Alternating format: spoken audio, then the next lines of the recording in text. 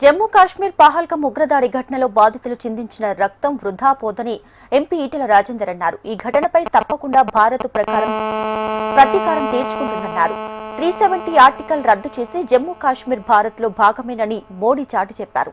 ఆ తర్వాత కాశ్మీర్ లో ప్రకృతి సంపదతో పర్యాటకం తిరిగి ప్రారంభమైంది. అలాంటి చోట ఉగ్రమూకలు దాడి చేయడం అమానుష చర్య అని పేర్కొన్నారు.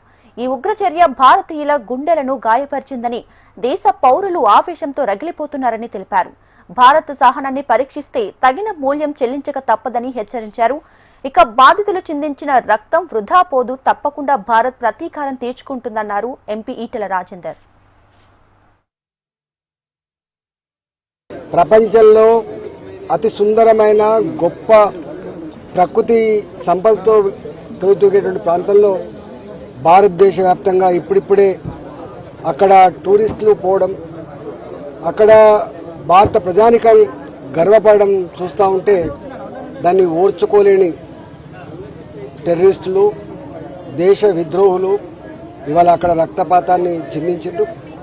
తప్పకుండా దీనికి మూల్యం చెల్లించక తప్పదని చెప్పి హెచ్చరిస్తా ఉన్నాం.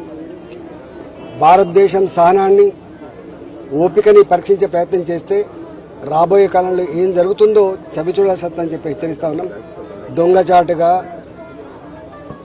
మన మిలిటరీ దుస్తులలో వచ్చి పాకిస్తాన్ ప్రేరేపిత ఉగ్రవాదులు దొంగచాటుగా వచ్చి మన పౌరుల ప్రాణాలు తీసిండ్రో దానికి తప్పకుండా మూల్యం చెల్లిస్తామని చెప్పి హెచ్చరిస్తా ఉన్నాం.